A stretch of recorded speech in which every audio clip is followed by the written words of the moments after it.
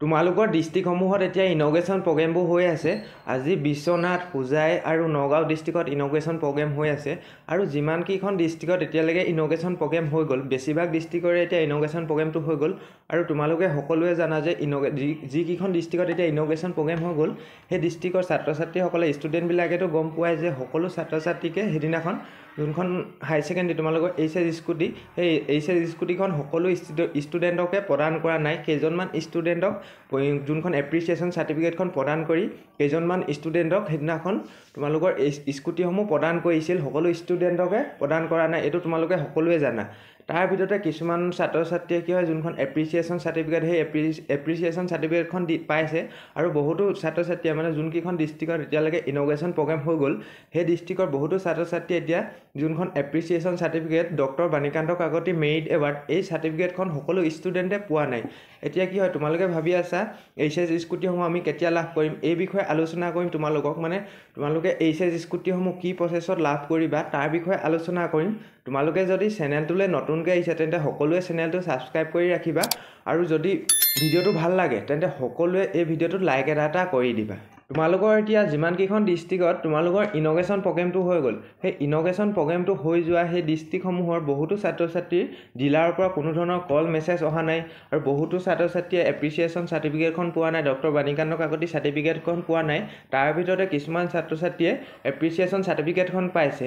এতিয়া যোনবিলাক ছাত্ৰ ছাত্ৰীৰ ইনগ্ৰেশ্যন প্ৰগ্ৰেমটো হৈ গ'ল, যোনকেইখন ডিষ্ট্ৰিক্টত ইনগ্ৰেশ্যন প্ৰগ্ৰেমটো হৈ গ'ল, সেই ছাত্ৰ ছাত্ৰীয়ে এতিয়া মোৰ ডিলাৰৰ পৰা কল অহা নাই, কোনো ধৰণৰ মেছেজ অহা নাই, এই ধৰণে বহুত ছাত্ৰ ছাত্ৰীয়ে কমেণ্ট কৰি আছে। তেওঁলোকক কৈ দিওঁ যে তোমালোকৰ ডিষ্ট্ৰিক্টত যোনদিনাখন ইনগ্ৰেশ্যন প্ৰগ্ৰেম হৈছিল, সেই ইনগ্ৰেশ্যন প্ৰগ্ৰেম হৈ যোৱা মানে উদ্বোধন যেতিয়া কৰিছিলে তোমালোকৰ ডিষ্ট্ৰিক্টত, তাৰ 7 বা 10 দিনৰ ভিতৰত তোমালোকক সেই ডিলাৰৰ পৰা কল কৰিব।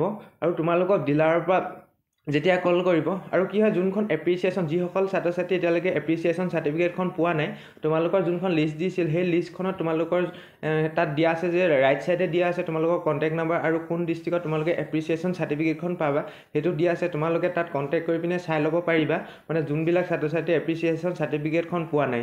আৰু যোনবিলাক ছাত্ৰ ছাত্ৰীয়ে এপ্ৰিচিয়েশ্যন চাৰ্টিফিকেটখন পালে কিন্তু কোনো ধৰণৰ ডিলাৰৰ পৰা তেওঁলোকলৈ কল কৰা নাই, কোনো ধৰণৰ কণ্টেক্ট কৰা নাই, এতিয়া সেইসকল ছাত্ৰ ছাত্ৰীয়ে কি কৰিবা, তোমালোকৰ ওচৰত TVS নাইবা হিৰো যোনটো ডিলাৰ আছে। এতিয়া কি হয়, বহুতে কমেণ্ট কৰি সুধি আছে যে মই TVS স্কুটি পাম নে মই হিৰো স্কুটি পাম।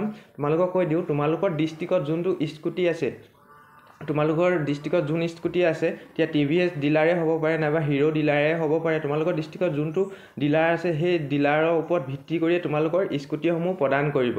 এতিয়া তোমালোকৰ ডিলাৰৰ পৰা যেতিয়া কল এতিয়ালৈকে বহুতো ছাত্ৰ ছাত্ৰীক ডিলাৰৰ পৰা কল কৰা নাই।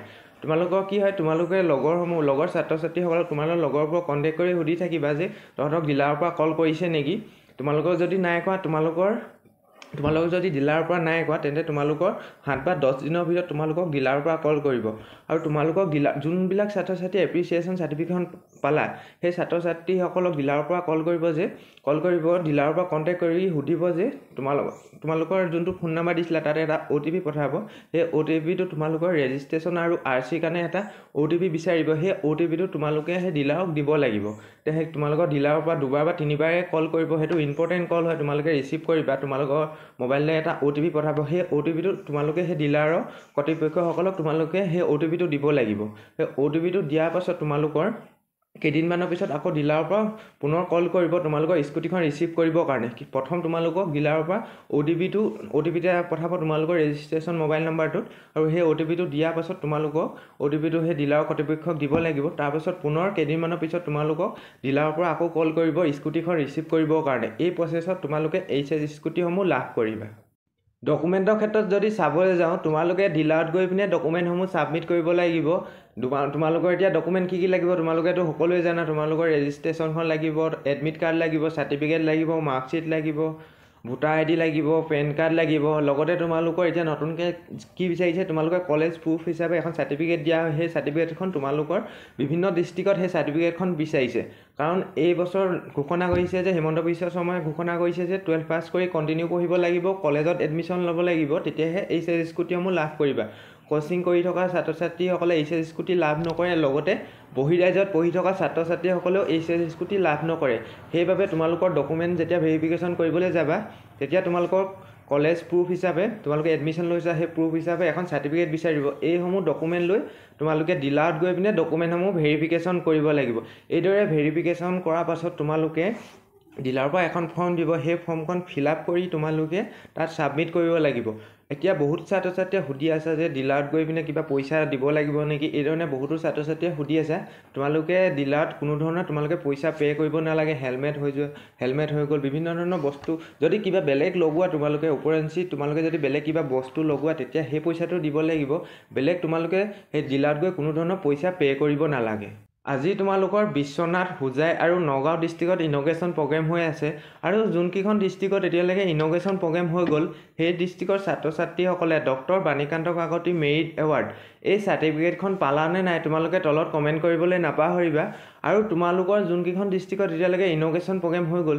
সেই ডিষ্ট্ৰিক্টৰ ছাত্ৰ ছাত্ৰীসকলক ডিলাৰৰ পৰা যদি কণ্টেক্ট কৰা নাই তোমালোকে চিন্তা নকৰিবা তোমালোকৰ ইনগ্ৰেশ্যন প্ৰগ্ৰেম হৈ যোৱা 7 বা 10 দিনৰ ভিতৰত তোমালোকৰ যোনটো মোবাইল নাম্বাৰ আছে সেই মোবাইল নাম্বাৰটো ৰেজিষ্ট্ৰেশ্যন মোবাইল নাম্বাৰ আছে সেই মোবাইল নাম্বাৰটোত তোমালোকক ডিলাৰৰ পৰা কণ্টেক্ট কৰিব সেই কণ্টেক্ট কৰাৰ পাছত তোমালোকে ডিলাৰত গৈ ডকুমেণ্ট ভেৰিফিকেশ্যন কৰিব লাগিব তাত এখন ফৰ্ম দিয়া হ'ব সেই ফৰ্মখন ফিল আপ কৰিব লাগিব এইদৰে তোমালোকে ডকুমেণ্টসমূহ ভেৰিফিকেশ্যন কৰিব লাগিব আৰু যোনবিলাক ছাত্ৰ ছাত্ৰীৰ যোনটো ৰেজিষ্ট্ৰেশ্যন মোবাইল নাম্বাৰ আছে সেই নাম্বাৰটো যদি ভুল তোমালোকক ডিলাৰৰ পৰা যদি কণ্টেক্ট কৰাৰ পাছতো তোমালোকে যদি গম নোপোৱা তোমালোকে এতিয়া কি কৰিবা তোমালোকে লগৰ ছাত্ৰ ছাত্ৰীসকলক তোমালোকে লগৰবোৰক তোমালোকে কণ্টেক্ট কৰিবা সুধিবা ডিলাৰৰ পৰা কণ্টেক্ট কৰিছে নেকি যদি কৰিছে তেন্তে তোমালোকে নিজেই সেই ডিলাৰত গৈ পিনে ডিলাৰৰ লগত কণ্টেক্ট কৰি তোমালোকৰ নম্বৰটো ভুল আছে এইসমূহ তোমালোকৰ যি প্ৰব্লেম হৈ আছে সেইসমূহ ক'ব লাগিব তোমালোকে সেই ডিলাৰৰ কৰ্তৃপক্ষক তাৰপাছত তোমালোকে সেই ডিলাৰত গৈ ডকুমেণ্ট ভেৰিফিকেশ্যন কৰিব লাগিব এই প্ৰচেছত তোমালোকে এইচএছ স্কুটিসমূহ লাভ কৰিবা